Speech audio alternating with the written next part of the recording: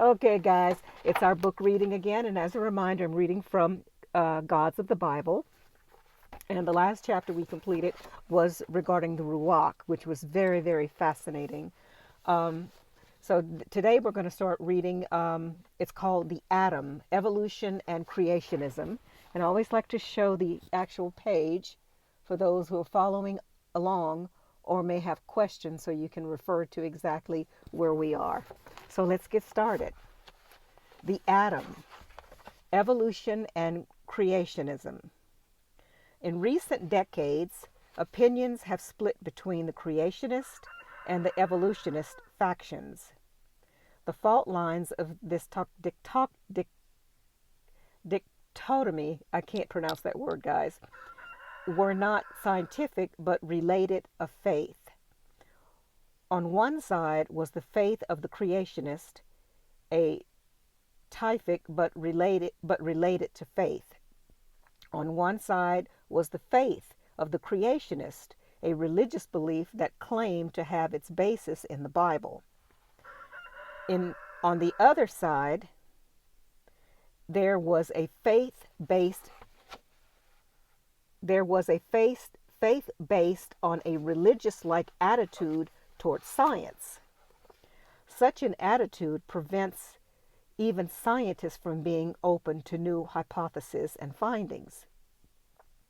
Science has constantly evolved in cycles of destruction and reconstruction of what exists. No scientific achievement is permanent.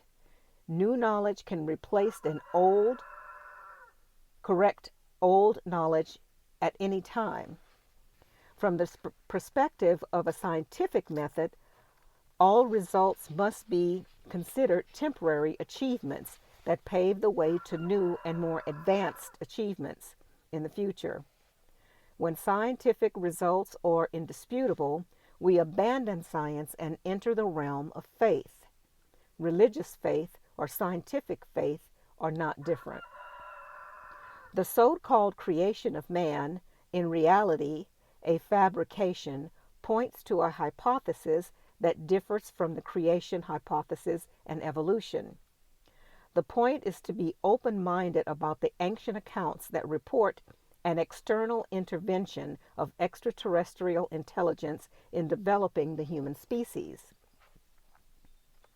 According to one of the fathers of evolutionary theory, intelligent life must have intervened at some point to give precise direction to hominid evolution, a kind of guided evolution with a planned goal, namely to have a species capable of understanding and carrying out orders.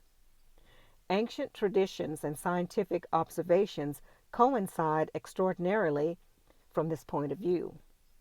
This outside intervention was a genetic engineering operation that affected hominids, animals, and plant species suitably modified to produce sufficient food for a new class of workers. In support of this hypothesis, we would like to quote the thoughts of the naturalist Alfred Russel Wallace, one of Charles Darwin's closest collaborators. Wallace noted several inconsistencies in the theory of evolution on which he and Darwin had worked for years. In his opinion, the theory he had helped develop, while appropriate for many species, was incapable of explaining the emergence of Homo sapiens, so the causes had to be sought elsewhere. In his work, Contribution to the Theory of Natural Selection, Wallace wrote in 1871, "The inference I would draw from this class of phenomena is that a superior intelligence has guided the development of man in a definite direction and for a special purpose, just as man guides the development of many animals and vegetable forms. The laws of evolution alone would perhaps never have produced a grain so well adapted to man's use as wheat and maize, such fruits as the seedless banana and breadfruit, or such animals as Guernsey milk cows or the London dray horse. Yet these so closely resemble the unaided productions of nature that we may well imagine a being who mastered the laws of development from organic forms through the past ages, refusing to believe that any new power had been concerned in their production, and scornfully rejecting the theory as my theory will be rejected by many who agree with me on other points. That in these few cases a controlling intelligence had directed the action of the laws of variation, multiplication, and survival for his own purposes. We know, however, that this has been done, and we must therefore admit the possibility that if we are not the highest intelligence in the universe, some higher intelligence may have directed the process by which the human race was developed. By means of more subtle agencies than we are acquainted with. For many, evolutionism has become a new religion that does not allow doubts. Whereas Wallace's quoted words testify to a healthy and genuinely scientific inclination toward doubt and the will to keep the mind open to discoveries in progress. Wallace emphasizes with extreme clarity the necessity of assuming that higher intelligences in the universe have intervened in the evolution of the various species, including the human species. A controlling intelligence has directed the action of the laws of variation, reproduction, and survival to its ends. A higher intelligence may have directed the process by which the human race has been evolved. Wallace's position is entirely consistent with the ancient accounts, including biblical ones.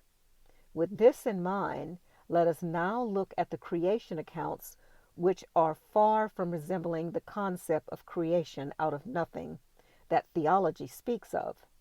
As we will see, we are dealing here with Adam's actual fabrication and thus making of a new species, the Adamites. Okay, that is the first part.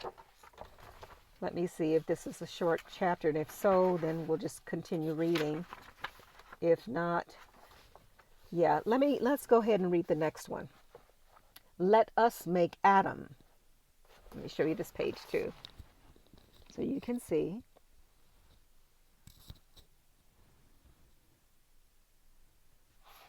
Okay, let us make Adam.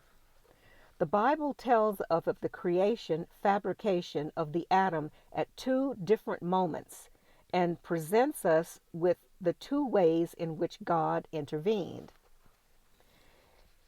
These two narratives are apparently so different and incompatible that Bible exegesis contributes them to different traditions, allowing an irreconcilable opposition between different editors of the Old Testament. The two different sources can be traced to how the authors refer to what we today translate as God. In Genesis 1:26, the Bible authors use the term Elohim.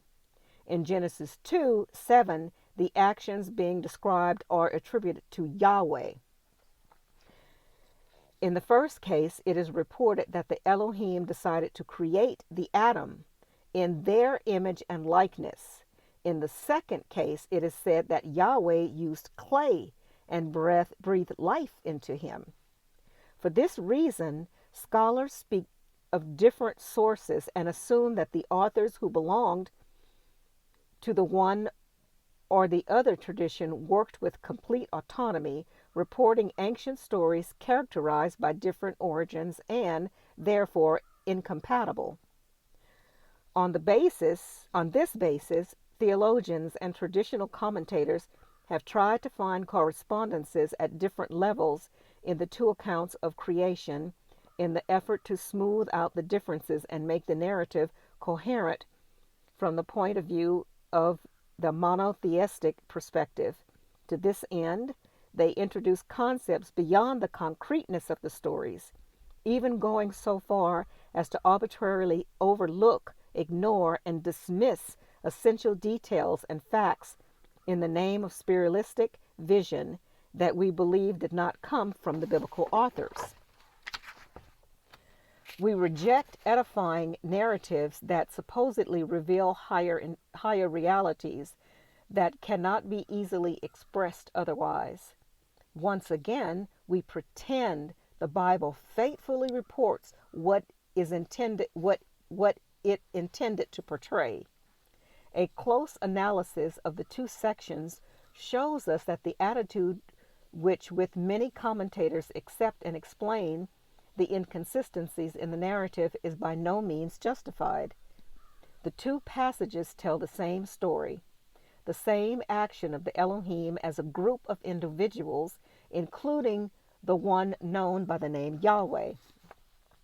Before we get into a detailed analysis of the so-called creation of man, let us first stress a critical point. When, as reported in Genesis 1:26, God utters the famous, "Let us make man," the Bible uses the verb form called cohortative. Cohortative. This grammatical form has the value of an extortion, a call to action, a kind of "come on, let us get on with it, let us move forward." In commenting on this verse, the Syriac spoke of a council that God held with the mighty assemblies. Others claim that God speaks with the angels. Basil of Caesarea said, "How can he speak this way unless he cooperates with others?" In some Sumerian versions of the same story of the creation of man, we are offered a more straightforward reading of this plural. The Sumerians report a conversation of Enki with those who should help him with the experiment of the creation of man, whose results were at first highly unsatisfactory in the eyes of the gods and had been repeated more than once. The Sumerian accounts clearly shows that the determination, implementation, assessment, and enjoyment of the following benefits of a successful accomplishment of the creation of man were a collective effort of all of the Anunnaki, a joint decision and common goal. Therefore, it should not surprise us that the latter biblical version of the same story uses the plural cohortative expression, "let us make man." The opposite would have been surprising. The point, again, is that the term Elohim does not represent one individual, but a group. But let us now see how the Anunnaki Elohim made and not created man. Wow. Okay, I'm going to stop here for now. And again, when I decided to read the Bible cover to cover, I've read many, many scriptures over the years, but I'd never read the Bible cover to cover. So when I decided to do that, I could not get past chapter 2 because it jumped out at the page to me. Something's here, because I definitely saw two creation stories. And it also confused me about "let us make man in our image" regarding the Elohim. Because in some Bibles it says, "and God created the heavens and the earth." But in the Hebrew scriptures it says Elohim. did that. And also, I noticed that it says, "Let us make man in our image, male and female." He created he them. I think is the way it's quoted in the scriptures. But then when you get to the second Genesis chapter 2, it says that Yahuwah or Yahweh created. Um, what I'm saying is it showed there was a difference. I clearly recognized that there was a difference. First it says God, then it says Elohim. First it said Elohim, then it said God, but in the second chapter it says Yahuwah. So something's up there. So that's where I got stuck. And actually, that's when I started really doing my deep research. And I discovered the stories about those ancient texts, those ancient Sumerian cuneiform tablets. And once I started reading um, those texts, I clearly recognized it was basically some of the same stories that were in the Bible. However, these Sumerian texts predate the Bible by 2,500 years.